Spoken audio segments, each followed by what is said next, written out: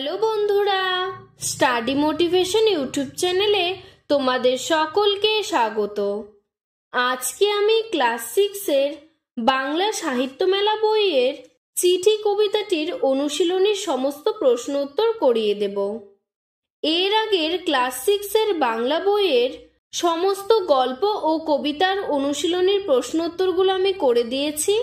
ভিডিওর ডেসক্রিপশনে লিংক দেওয়া আছে এবং প্লেলিস্টও করে দেওয়া আছে, তোমরা সেখান থেকে দেখে নিতে পারো।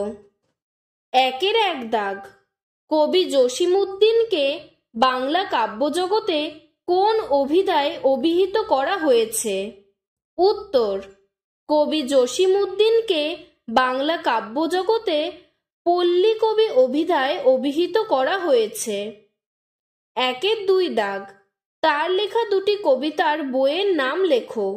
উত্তর, তার লেখা দুটি কবিতার বইয়ের নাম হলো নকশিকাঁথার মাঠ এবং সজন বাদিয়ার ঘাট। 2 নম্বর, নিচের প্রশ্নগুলির সংক্ষিপ্ত উত্তর দাও। 2-এর এক দাগ, কবি কার কার থেকে চিঠি পেয়েছেন? উত্তর, কবি লালমোরগ, শিশু উষা, চখাচখি, বর্ষা, গাং শালিক, বাবুই পাখি, কোড়াকুড়ি, খোকা ভাই এদের সবার কাছ থেকে চিঠি পেয়েছেন। 2-এর 2 দাগ, লালমোরগের পাঠানো চিঠিটি কেমন? উত্তর, লালমোরগের পাঠানো চিঠিটি ভোর জাগানোর সুরভরা এবং পাখার গায়ে শিশু উষার রঙিন হাসতে মাখা। 2-এর 3 দাগ, চখাচখি কেমন চিঠি পাঠিয়েছে? উত্তর, চখাচখি বালুচরের ঝিকিমিকিতে বর্ষার ঢেউয়ে অনেক কিছু জানিয়ে চিঠি পাঠিয়েছে। 2-এর 4 দাগ, গাংশালিক তার চিঠিতে কি বলেছে? উত্তর, গাংশালিক তার চিঠিতে গায়ের পাড়ের মোড়ল হওয়ার কথা লিখে গিয়েছে। 2-এর 5 দাগ, বাবুই পাখির বাসার থেকে আসা চিঠিটি কেমন? উত্তর, বাবুই পাখির বাসা থেকে আগত চিঠিটি ধানের পাতা এবং তালের পাতায় নানান নকশা আঁকা দ্বারা সজ্জিত। 2-এর 6 দাগ, কোড়াকুড়ির পাঠানো চিঠির বর্ণনা দাও। উত্তর, কোড়াকুড়ির পাঠানো চিঠিতে রয়েছে অভিজ্ঞতার বৈচিত্র্য। চিঠি থেকে জানা গিয়েছে বর্ষাকালে ফসলের মাঠে সবুজ পাতার আসরগুলি জলের স্রোতে নাচছে, আকাশ জুড়ে মেঘের গুরু গুরু গর্জন শোনা যাচ্ছে, আর উদাস বাতাস কারোর চেয়ে বিরহে বারবার আছড়ে পড়ছে। 2-এর 7 দাগ, কার চিঠি পাওয়ায় কবির মনে হয়েছে নিখিল বিশ্ব তাকে চিঠি পাঠিয়েছে? উত্তর, খোকা ভাইয়ের হাতে লেখা চিঠি পাওয়ায় কবির মনে হয়েছে যে নিখিল বিশ্ব তাকে চিঠি পাঠিয়েছে। 2-এর 8 দাগ, এই কবিতায় কোন ঋতুর প্রসঙ্গ রয়েছে? উত্তর, এই কবিতায় বর্ষা এবং শীত ঋতুর প্রসঙ্গ রয়েছে। 2-এর 9 দাগ, কবিতায় অন্য ঋতুর পটভূমি সত্ত্বেও খোকা ভাইয়ের চিঠির লেখনখানি শীতের ভোরের রোদের মতো মিঠে মনে হওয়ার তাৎপর্য বুঝিয়ে দাও। উত্তর, শীতের ভোরে ঠান্ডায় কষ্ট পাওয়া মানুষজন অধীর আগ্রহে অপেক্ষায় থাকে কখন সকাল হয়ে রোদ উঠবে। সূর্যের সেই তাপে শীতার্ত মানুষের জড়তা কাটে। খোকা ভাইয়ের চিঠিটিও একসঙ্গে প্রাণের আনন্দে উচ্ছল এবং মুক্তি ও স্বাধীনতার প্রেরণায় প্রাণময়। সেই চিঠির বয়ান কবিকে উদ্দীপ্ত ও প্রাণবন্ত করে তুলেছে। তাই খোকা ভাইয়ের চিঠির লেখনখানিকে কবির শীতের ভোরের রোদের মতো মিঠে মনে হয়েছে। 2-এর 10 দাগ, খুশির নূপুর ঝুমুর ঝুমুর বাজছে আমার নিরালাতে, পঙ্ক্তিটির অর্থ বুঝিয়ে দাও। উত্তর, শিশুরা স্বর্গীয় সৌন্দর্যের বাহক, তাদের মন জটিল নয়, সরল। মেঘের কোলে পাখিদের স্বাধীনতার নানা উড়ান, নীল আকাশের অসীম বিস্তার কবির মনকে প্রসন্ন করে তোলে। তার সঙ্গে মিশে যায় খোকা ভাইয়ের চিঠি পড়ে সরল মনের আনন্দ আবেশ। সেই সহজ আনন্দের অনুভূতি কবির মনকে শিশুসুলভ সারল্যে ভরিয়ে তোলে। জটিলতাহীন শিশুমন যেভাবে আনন্দ উপভোগ করে, কবিও সেইভাবে নিরালা পরিবেশে উৎফুল্ল হয়ে ওঠেন। এই চিরন্তন সত্যকেই কবি আলোচ্য পঙ্ক্তিটির সাহায্যে ফুটিয়ে তুলেছেন। 3 নম্বর, কবিতা থেকে এমন 3টি শব্দ খুঁজে বের করো যা কোনো ধ্বনির অনুকরণে তৈরি। একটি উদাহরণ দেওয়া হলো, যেমন কলকল। উত্তর, কবিতায় ব্যবহৃত ধ্বনির অনুকরণে তৈরি শব্দগুলি হলো কিচিরমিচির, গুরু গুরু, ঝুমুর ঝামুর। 4 নম্বর, শব্দঝুরি থেকে ঠিক শব্দ নিয়ে শূন্যস্থানে বসাও। রঙিন, রঙিন, গঙ্গা, গাং, স্রোতে, সোতে, ক্রন্দন, কাঁদন। 5 নম্বর, ঢেউয়ে, ঢেউয়ে। এখানে ঢেউয়ে শব্দটি পরপর দুবার ব্যবহৃত হওয়ায় অর্থ দাঁড়িয়েছে অজস্র ঢেউয়ে, অর্থাৎ একই শব্দ পরপর দুবার ব্যবহারে বহুবচনের ভাব তৈরি হয়েছে। এই কবিতায় আরও 3টি অংশ উদ্ধৃত করো যেখানে এমন ঘটেছে। উত্তর, কবিতা থেকে উদ্ধৃত অংশগুলি হলো কি কি, কল কল, গুরু গুরু, ঝাঁকে ঝাঁকে। 6 নম্বর, গাঙের পাড়ের মোড়ল শব্দবন্ধটিতে পরপর দুবার এর সম্বন্ধ বিভক্তিটি এসেছে। কবিতা থেকে এমন আরও শব্দবন্ধ খুঁজে বের করো যেখানে পরপর দুবার বস্যিনর বা এর বিভক্তি প্রয়োগে সম্বন্ধ পদ তৈরি হয়েছে।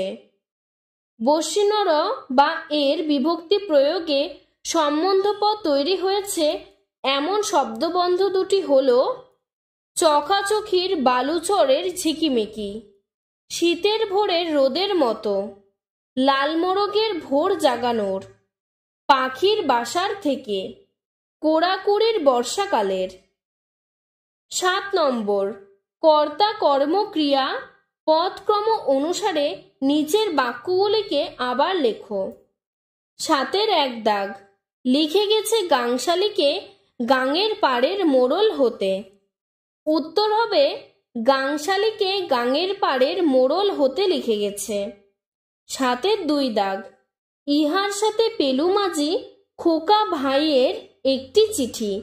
উত্তর হবে ইহার সাথে আজি খোকা ভাইয়ের একটি চিঠি পেলুম। 7-এর 3 দাগ, সবুজ পাতার আসরগুলি নাচছে জলধারায় মেতে।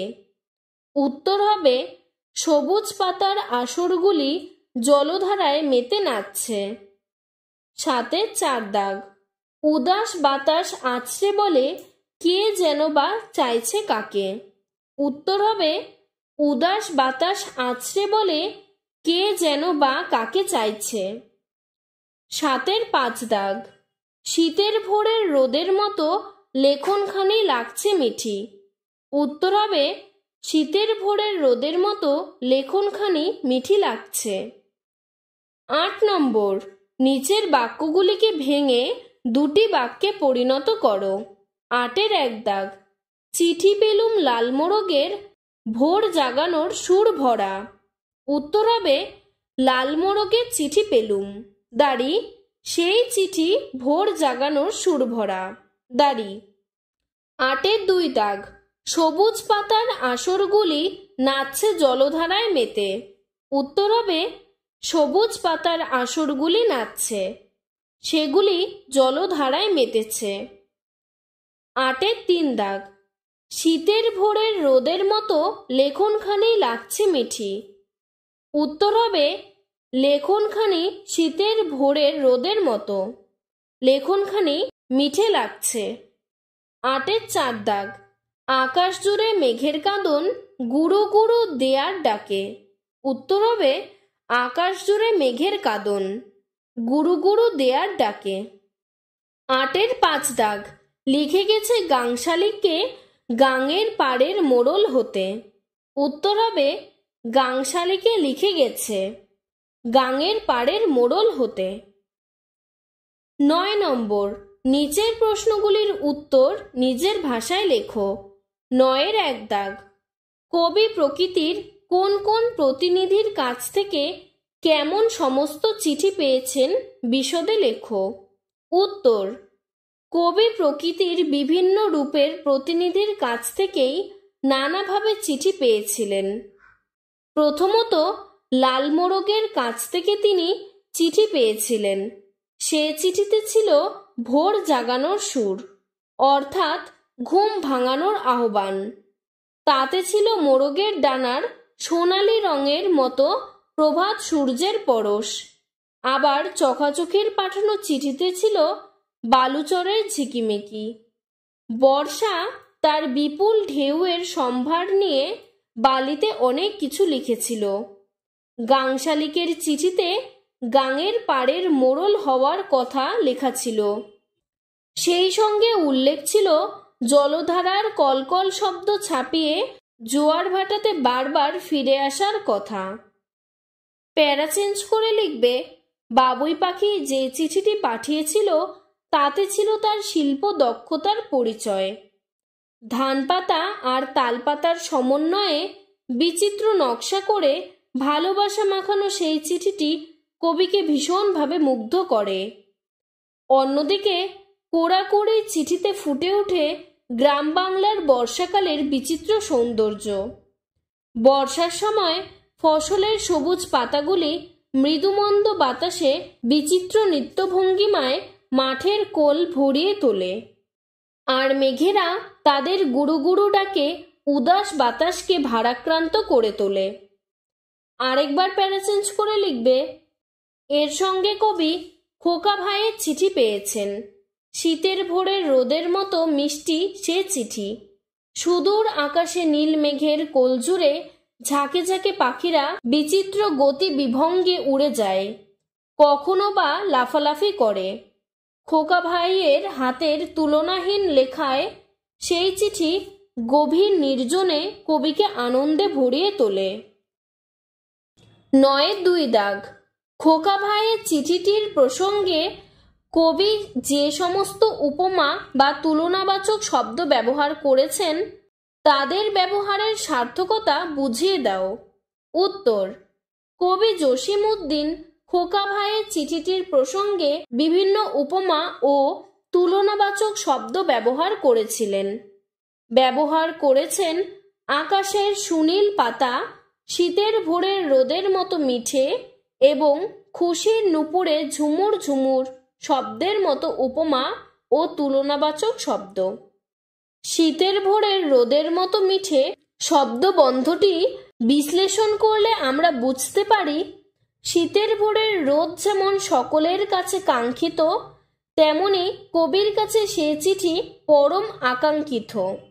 মিষ্টির সুস্বাদ আমাদের রসনাকে যেমন পরিতৃপ্ত করে, তেমনি রোদের অনুষঙ্গে মিঠে শব্দটি ব্যবহার করায় শব্দটিতে একটি স্বাদের আরোপ হয়েছে।